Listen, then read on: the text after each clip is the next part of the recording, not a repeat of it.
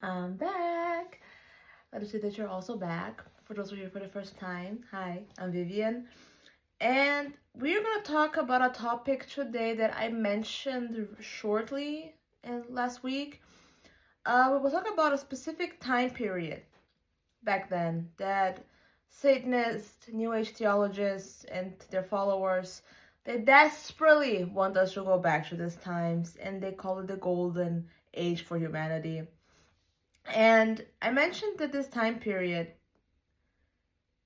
I believe that the so-called aliens were actually fallen angels, that they will want to bring us back at this time. And they promise humanity that they will thrive, or that we will thrive, and that all of our needs will be met, no matter what kind of needs it will be met. So today we'll talk about the so-called Golden Age, and that was actually the worst time period for humanity back then. The only ones who profited from those times were evil people in the kingdom of hell. So the real name of this time period, and also the title of this video, are the times of Noah. So the time before the Great Flood. So before we start, don't forget to like this video, subscribe to my channel, and share this video to somebody that wants to know about it or should know about this topic. So I got my notes and I got my half-drunken coffee already. Sorry. So I got Jesus Chew. Let's do this. My throat is kind of dry today, sorry. So let's start with the question, what is the Golden Age? So the times of Noah, and what happened there. So the Golden Age was the time before the flood. So it was around 4004 BC. The Great Flood happened sometime around 2348 BC. The reason why historians have this date is because many religions, many cultures, ancient cultures, have a similar story of a great flood that wiped off the earth. And they all happened around the same time. So it was said that in this time people had great technology, a lot of knowledge, and that the land was full of giants. And we read Genesis 6:4. In those days, giants lived on the earth, and also afterwards, when divine beings and human daughters had sexual relations and gave birth to children. These were the ancient heroes and famous men. Now, let me just put it in there because I think it is important for me to tell you. If you were to ask me what you should read first, the book of Enoch or the Bible, read the Bible first. Read the Bible first, and once you have the spirit of discernment, go read the book of Enoch, but read the Bible first. So, those angels that came down, they didn't just come down to sleep with women because they knew exactly what they were doing. They knew that what they were doing was evil, so they decided to, you know what, since we're already doing this, let's go all in and just do complete evil. And they gave us forbidden knowledge. Knowledge like astrology, makeup, how to make weapons, mathematics, timekeeping, secrets of heaven and earth, and of course magic, which includes sorcery and summoning. Now, mind you, I really don't believe that God would have never given us this knowledge, but what I do know for a fact is that back then humans were neither strong enough, smart enough, mature enough, and not close enough to God to get this knowledge and do something good out of it, and we still are not. Now, let's talk about why the Golden Age was actually the worst time for humanity. Now let's read Genesis 6:6-8. The Lord saw that humanity had become thoroughly evil on the earth, and that every idea their minds thought up was always completely evil. The Lord regretted making human beings on the earth, and he was heartbroken. So the Lord said, I will wipe off the land the human race that I have created, from human beings to livestock, to the crawling things, to the birds in the sky, because I regret I ever made them. But as for Noah, the Lord approved of him. So, in other words, thoroughly evil. What does that mean? What do we consider as evil? All right. selfishness, greed. When you lust over, like it's really creepy and it's really disgusting if you are somebody that you lust over everything and everyone. This is really gross. So they took whatever they wanted. They were corrupt, they were opportunistic, cold-hearted, and so on. Which means no matter how evil you believe they were more evil. Because truly evil means from the inside out, truly, through and through, evil. And the worst part is that those times, this golden age, allowed people to be as evil as they wanted to do. This was a time there were no laws, no order, no morals. Everything goes. Everything was allowed. Now, of course, they had a king. They had a royalty ruling over them, but was basically just for people to feel like there is somebody watching over them, because he didn't do anything, okay? People could have done whatever they wanted, and as a king, he did whatever he wanted. So, that's why I say, the only ones who profited from those times were evil people and the kingdom of hell. Nobody else profited from this than them. Now, don't get me wrong, as we said before, the only one who was a good human was Noah. So everybody else were evil in some shape or form. Okay? So even if they weren't the most evil, they were still somehow evil, and they were thoroughly evil. Did you know that in Satanism and in this new age theology, the main motto is do as thou will? This model is pretty old also, because which is what I'm saying, do as thou will. This is a very old model. It's a very, very old lifestyle. My cat is eating it if you're feeling crumbling. So basically, do as thou will is do whatever you want. No matter what it is, do whatever you want. There is no right or wrong. Your feelings and your will are legit no matter what. And no matter who has to suffer for it, what you want to do is legit. So just go ahead and do it. So they could do whatever they want, right? They could do whatever they want. And this includes murder, rape, pedophilia, torture, cheating, stealing, sexual immorality, and so on. None of them suffered any consequences for their horrific actions. None of them. Not one. And what's even more horrifying is what the Bible says about the end times. If we read Matthew 24, 36 or 37 to 39, it says, as it was in the times of Noah, so it will be at the coming of the human one. In those days before the flood, people were eating and drinking, marrying and giving in marriage, until the day Noah entered the ark. They didn't know what was happening until the flood came and swept them all away. The coming of the human one will be like that. So we will go back to this lawlessness for a certain time period until Jesus comes back. I hope he will have raptured his church by then, because I do not want to live in this time. So, I don't want to say that that's strong people, because there are many evil people who are not really strong. So, but the most evil people were the ones that profited the most, right? And the weak ones, the small and weak ones, they were their praise. And we can see this until this day. Evil is a coward, okay? Evil is a big, big coward. And we see this until today. Evil people, they don't go looking for a prey who is strong. They go for the weak ones, because this is a sure victim, okay? And even if they do go after someone who is strong with a lot of confidence, it's never a one-on-one battle. It's always a group against the one. And we can see this in schools when people are being bullied, and the one being bullied is not really the weakest one in the group. It's always a group of like 6-7 bullies against this one guy or this one girl, which is, again, evil is a coward. They want a sure win. They don't want to,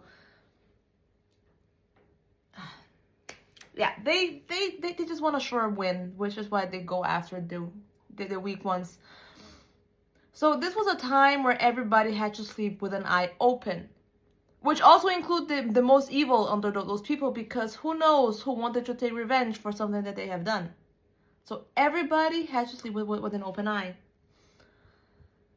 So why did the kingdom of hell profited from this the most? I need to change something real quick. Now you might think, well, because people were doing evil. Of course, they enjoy people suffering and all of that. Of course, the kingdom of hell profited from it the most. You're right? But there's something else to that, actually. And this was a time where the worship of the devil was at the highest. And I mentioned that on another video. You don't necessarily, to worship the devil, you don't really need to bow down and say, "Hail Satan." You don't need to. It is enough if you do or if you celebrate something evil. You know, because people talk about gray area, but the fact is, there is good or evil. There is no in between good and evil. There's no such thing. So if you do something good, you please Jesus. If you do something bad, you please the devil. The difference between the worship of the devil and the worship of God is that God, because he's the ruler of all, he is who he is, and he deserves all glory and all praise and all honor. So when you worship God, you need to mention him by name. You need to mention him by name because he deserves it. The devil, he wants to be God. He wants to be recognized as God, but because he's not, he takes whatever type of worship he gets, even if it's indirect worship. So, and you know what? I said this also before, that I really believe that the ancient gods, no matter which one, all gods outside Yahweh were fallen angels. I am very sure about this. And the reason why the devil put so many fallen angels or demons to be worshipped as gods is because whatever doesn't worship the God, the one and only God, worships the devil, if direct or indirect. So, no matter what culture, no matter what religion, when they worshipped another God besides the one and only God, they were worshiping the devil, and they were deceived by those fallen angels and by those demons, which, well, the devil is the father of lies. So who's surprised at that he wants to deceive everybody. And what I said about gray areas, that is either good or evil, I meant that because for God there is no such thing as big sin or little sin. No such thing. In 1 John 3:4 it says, every person who practices sin commits an act of rebellion, and sin is rebellion. Nowhere does God says whoever commits big sins is committing rebellion, or whoever commits little sins are not committing rebellion. Sin is rebellion.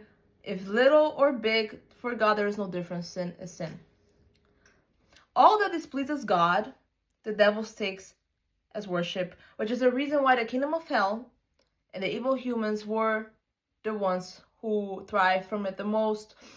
And it's also the reason why the devil and his human followers want this golden age, this time to come back. Golden age, okay? We call it the times of Noah because it was what it was. It was horrible times. But since the devil comes here to deceive us, they call it the golden age because then it sounds like a good thing, right? So they want this time period back because that means that the devil will be worshipped more than God, and those who serve the devil, they will be able to get away with whatever they do.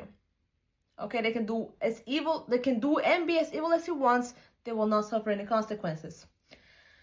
Because here is the thing about the devil. The higher you want to get in his eyes, the more evil you need to get. Now, most times, if you want that, you need to sacrifice something.